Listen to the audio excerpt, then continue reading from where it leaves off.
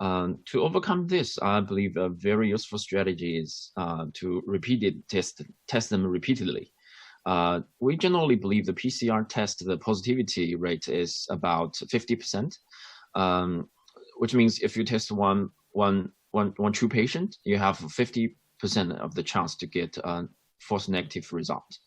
But by math, the important strategy to overcome this is to test them for several times. How many times? If you suspect them, you test them, maybe every other day or every 2 days. It can reduce the false negativity among these people. Secondly, another strategy we used is CT scanning. A lot of our patients have underwent PC scan. CT scan, especially if he or she has a contact history, it can be really useful from the perspective of pulmonologists like me. Just because the CT scan, this abnormality on the CT scan can be kind of a characteristic, especially combined with the history of contact history. So especially when you do not have a very high confidence in PCR tests, or the turnaround time is really long, you really suspect them, CT scanning can be helpful. Third thing you've mentioned is serological tests, the antibodies. We have a lot of positive antibody tests among patients. The rate is kind of high, more than 90% in our patients in the ICU. But the serology, the problem of the serology is it takes time to turn positive. It takes 1 week or 2. So maybe, in retrospect, you can use the serological test to confirm the patient has experienced the disease. But it's hard if you want to identify them in the early stage.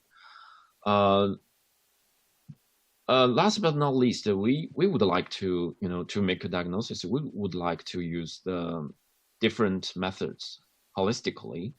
You don't want to rely on one single test to sort out all the patients.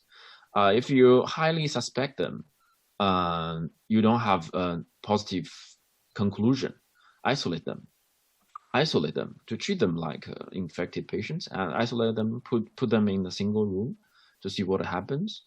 Maybe 1 week later, the serology come back positive, or the next time you test them with PCR, it's positive.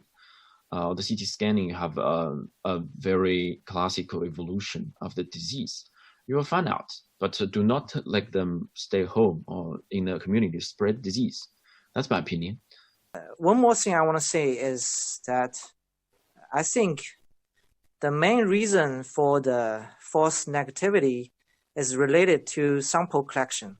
Yes. And actually, some studies has shown that nasal swabs is preferred rather than throat swabs.